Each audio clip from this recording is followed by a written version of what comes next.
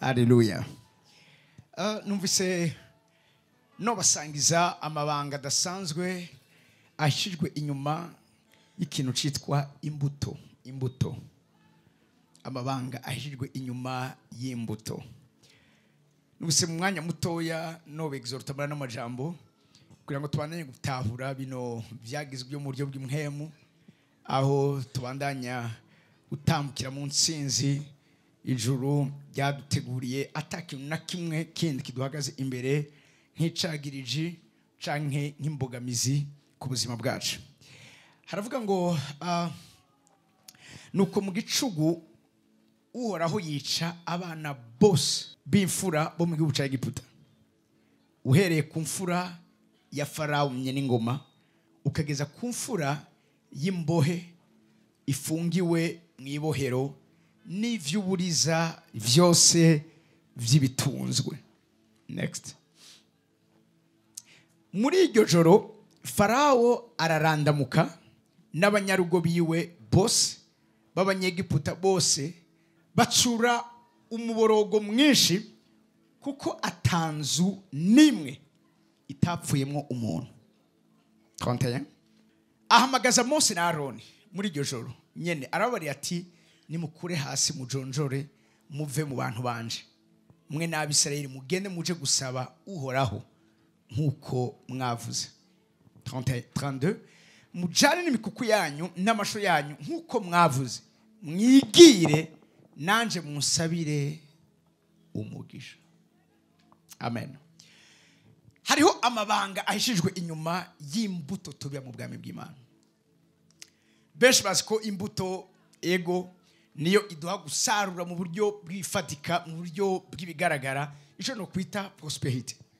Ariko ibijanye n'umugisha mu buryo bw'ifatika sico kiza imbere, ariko ari kibanziriza, ari naco kiza kuzigama ico cyitwa ko ari gifatika canke agishobora kugaragara mu buryo bugaragara.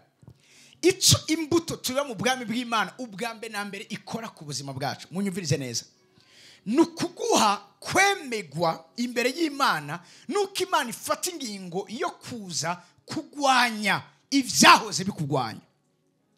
Urazi umuntu ashobora kugwana intambara agatsinda, ikindi gihe agatsindwa, mugabo hariho ikirere n'ibihe Imana ishobora kuguha kubamwo aho atamwansi numwe azokwigira yongera kandi gusubira guhirahira ngo ahaguruke aguteze intambara. Icambere ibanga rihishijwe inyuma y'imbuto nuko icitwa umwansi wawe, munyumvirize neza, Imana iza gukubita ikintu cyahura kimushoboza gusura kuguhangara mu buzima bw'iwawe. Urazi gituma ibihano vyose Imana atanze muri Egiputa atana kimwe kigeze gituma Farawo afata ingo yo kurekura Abisirayeli, nikora ko nta kintu na kimwe muri ivyo vyashobora, munyumvirize neza, kumwa ubudahangagwa bumubashisha kugira faveur imbere y'Imana ziwiwe gusura guhangana n'uwari karahangana nawe yitwa Mose. Mugabo igihe Imana ikubita imfura ubundi ni imbuto y'Imana. Ikintu cyo cyitwa imfura, ikintu cyo cyitwa icambere mwisi y'imhemu, ico Imana ikibona nk'imbuto. Ngira umuntu ati ikintu cyose cyambere canke imfura ni imbuto ku Mana. Haleluya. Kandi mugende murabe icambere misi yose, icambere misi yose kirategwa. Pa gutegwa mu buryo bwo kubataki, kirategwa mu buryo bwo kubibwa, kirabibwa. Kristo ni imfura y'Imana. Imana yaramubivye mu isi kugira ngo isore kuronka abandi bana b'Imana, kugira ngo uwari imfura, uwari kinege atike imfura hagati muri bene se benshi. Siriko muri ko muranyumva? Ikintu cyose cyitwa imfura ni imbuto. Ahantu hose hari imbuto hari kazoza, ahantu hose hari imbuto hari ubuzima, ahantu hose hari imbuto. Akaroga sango cyane kubafunguye ejo mu ijoro, mwarari ibiharage, harabari ubushaza, harabari inyama n'iki. Ikintu cyose mwariye nuko cemeye gupfa. Hamwe ibiharage vyogira manifestation vyose, kinure, jone, kirundo, vyabindi vyose bikanka gupfa. Twosora kujya ibiharage. abakunda akanyama hamwe impene zose zogumuka ataho vyakabereye ni kera ngo jarengo ibiki nta mpene nimwe isubira gupfa turagwana gushika ku kanyuma mwosura kurya impene inyama y'impene ikintu cyose kiduha ubuzima nuko kiba cabanje gupfa. Haleluya. Ibanga rijijwe inyuma y'imbuto nuko munyumvirize neza Imana iza gukubita ico cyose cyo guha inkomezi umwasi wawe kuguhangara. Iyo tubivye imbuto imbere yuko mubona imigisha mu buryo bw'ifadika ari abantu afise imigisha mu buryo bw'ifadika mugabo iyo migisha itagira protection. Dusome Guhara 14:9 haravuga ngo icyabakingira cyabavuyeko birivuga ngo they are helpless pray to us. N'abantu batagira ikibakingira imisi yose utagira ikigukingira nta musi n'umwe uzoshobora kureisisa muri buno buzima. Ikizoguha indonge d'avance ku mwasi wawe nuko ico ashobora kwirosa urusaku kubera ki hano imfura zipfuye Farao yaciye acika intege agacabwira tumye ni mumvira mu gihugu mugene musabe imana zanyu hama nanje mwanasabira imana impumugisha. Nikora ko imfura niyo ramforo yonyene Farao yarasigaranye yashobora kumupermeta gushobora kugira resistance imbere ya Mose. Haleluya. Ibanga rihishe nyuma y'imbuto nuko Imana iza gukubita ico kintu cyose cyatuma umwasi wawe ashaka kuguhangara. Ikiri mu bwiza kumenya imbuto iguha izina no mu gihugu kitari ciwanyu. Mwese murabizi ko ino sisi yiwacu mugabo ikintu cyonyine kiduha izina ni imbuto tubiya mu gihugu kitari ciwacu. Birivuga ngo Isaka ari mu Filistia arabiba muri ico gihugu. Uhoraho amuhumugisha yimbura ibetangabo ijana bituma abafilistia bamusaba ngo tuvireho kuko uraturuta. N'umwami Abimeleki araza aramwinginga bagiranira ico bita peace agreement amasezerano y'amahoro. Umwami araza aramubwira ati ndakwinginze ndazi ko Imana guhaye gukomera ndazi ko ikibi cyose ushaka kutubwira wowe bwishobora kubera ko Imana iri mu ruhande rwawe mugakora ko atakibi twagukoreye natwe ntutugirire nabi. Bagiranira isezerano ry'amahoro kubera iki? Kubera ko Uhoraho bivuye cyangwa biciye mu mbuto Isaka yabivye. Imana yahaye Isaka izina. Iyo tuko turavuga izina ni destiny. Izina hari izina wumva wonyene ubwawe ugaca wumva ikirere kirahindutse. Hari amazina avugwa hano mu isi yose gahinda gashitse. Haleluya. Haleluya. Icyakabiri mubwiza kumenya imbuto ntiguha izina. Imbuto iguha nitunga rivuye ku Mana. Yobu 22:24 havuga ngo rekura mpa uwo murongo gatoya. Uku kwezi mbere ko uyu mwaka tujabuka hari ibintu Imana ibwiza gufixa ku buzima bw'iwawe ku bintu bijanye n'amafinance birimwo utuntu ivyo bintu bituma Imana ntume kubikubwira kuko imbere yuko tujabuka hari ibintu Imana ikeneye kubanza gutunganya gufixa hejuru ubuzima bw'iwawe.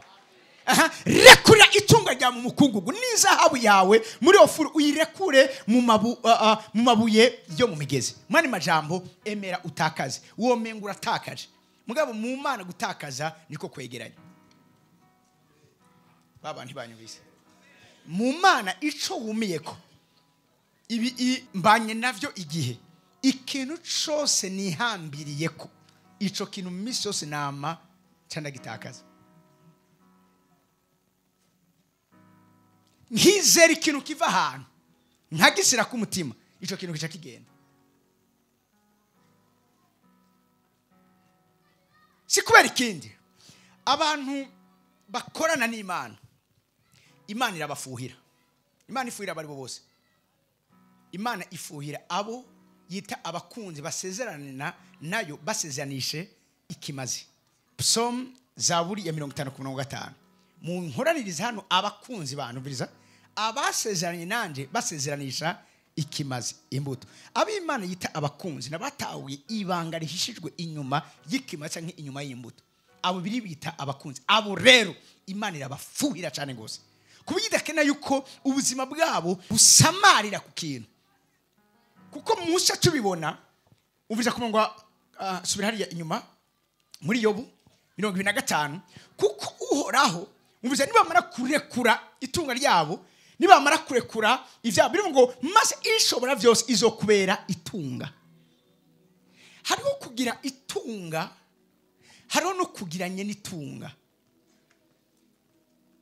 Siko muriko muranyumva? Muriko muranyumva? Hariho kugira ikivuye mu isoko no kugira isoko y'ikintu. Hano ngo uhoraho ishobora byose azobabera itunga, mane majambo azoza gushika isoko y'ikintu cyose cyitwa itunga ku buzima bwanyu. Mugabo kubera iki ivyo uhoraho abikora? Nikora ko twarekuye ubwa mbere. 26. Hacavuga ngo niho uzonezererwa ishobora vyose ukunamura amaso yawe ku Mana. Murongo wa 27 nyarukiriza. Uzoyisaba nayo izokumva kandi izoshitsa amasezerano yawe. Iki ni imbuto iduha. Ubwa mbere nababwiye izina, ubwa kabiri itunga, ubwa gatatu imbuto iguha kuganza. Nta numwe aganza muri buno bugingo atari umuntu mu bibi. Imana iri mu ruhande rw'ababibi.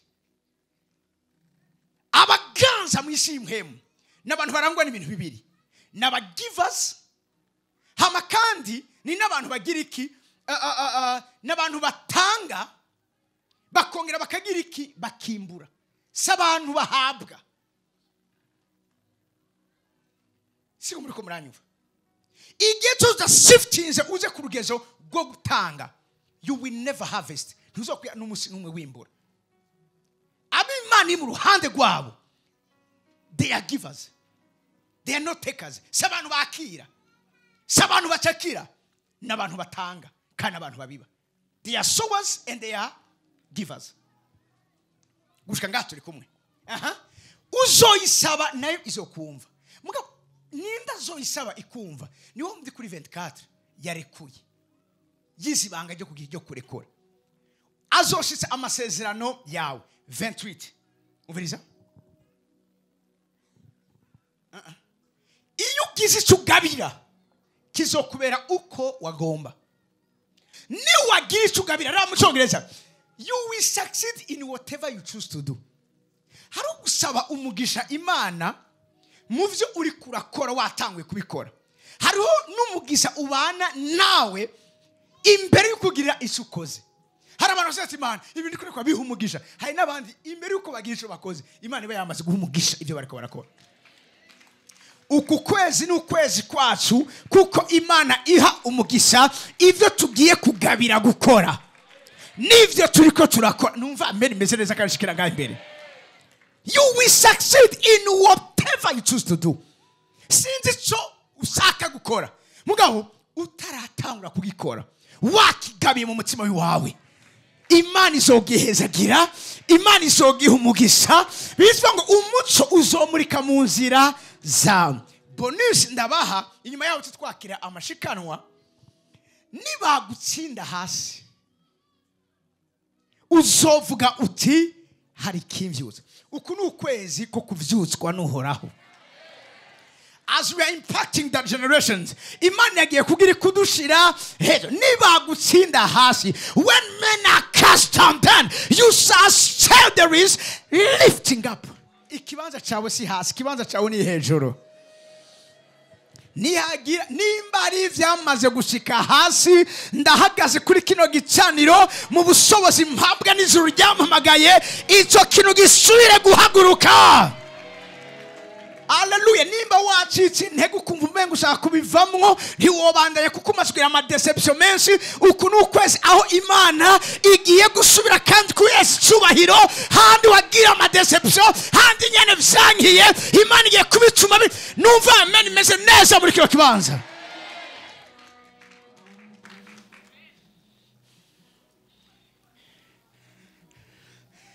The mysteries behind the seed. His dominion. Kuganza. Inyuma y'ukuganza uhabwa nijoro icizere cyo kurongora. The ability to lead. Ubushobozi bwo kurongora, bwo kuyobora. icanyuma imbuto tubiba mu bwami bw'Imana niyo iduhesha gushitswa kw'amasezerano yacu. Amen. Haleluya. Aburahamu amaze kubiba umwana wiwe Isaka, Imana yazimugira isezerano. Bwa mbere imuha izina, iramubwira ngo mwisi uzohabwa umugisha kandi imiryango yose mu isi izohabwa umugisha ku bwawe. Imana iramubwira ngo uruvyaro rwawe ruzokwegukira amarembo y'abansi bako. Ahandi biriva muri Zaburi ngo nuko uruvyaro rwe ruzoba abanyenkomezi mwisi. Hamwe urunganwe ruzoza inyuma yacu rutoba abanyenkomezi, tuzoba twareshuwe. Twebwe turiho kugira ngo tubashireho amabaze, tubashireho ingazi kugira ngo bashobore kugira iki kudugirako, kuko nitwebwe babona imbere. Munyumvirize neza, umwe mu bamantoro banje arambwira ngo Kevin, ndifuza yuko plafo yanje icika fondation yawe. Ntibavyumvise aho jewe nageze, wewe aho abariho uhera. That's the kind of blessing umuvyeyi ashobora guha umwana, nuko aho twageze abana bacu abariho bahera.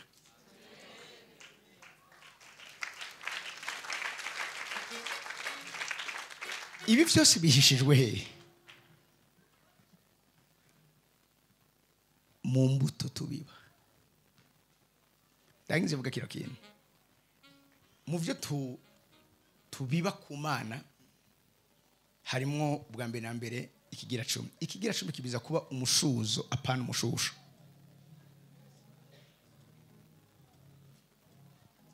Ngira umuntu hano bati ikigira 10 n'umushuzo, si umushusho. Benshi ibigira 10 vyanyu ni mishusho. The reason why Imana sinzi ibura ahisha umushusho niki? Umushusho ni vyaraye si bishasha, ariko umushuzo ni vya mbere. Imana ikeneye ko uyibuka uyikuriramo inyuma y'ivyi wawe, ariko Imana ikeneye ko uyubahisha ivyawe vya mbere. Bivuga ngo mubahisha oraho imishuzo y'ivyeze vyawe. Igihe tutaratahura iyi principe,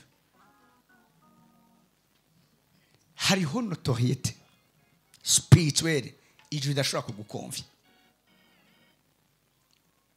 tugatanga n'amashikanwa n'ibindi vyose tuba twemereye uhoraho. Mugabo ikintu ushaka gusurinye, ikigira 10 kitaba umushusho kiba umushuzo, kuko ni acte d'adoration.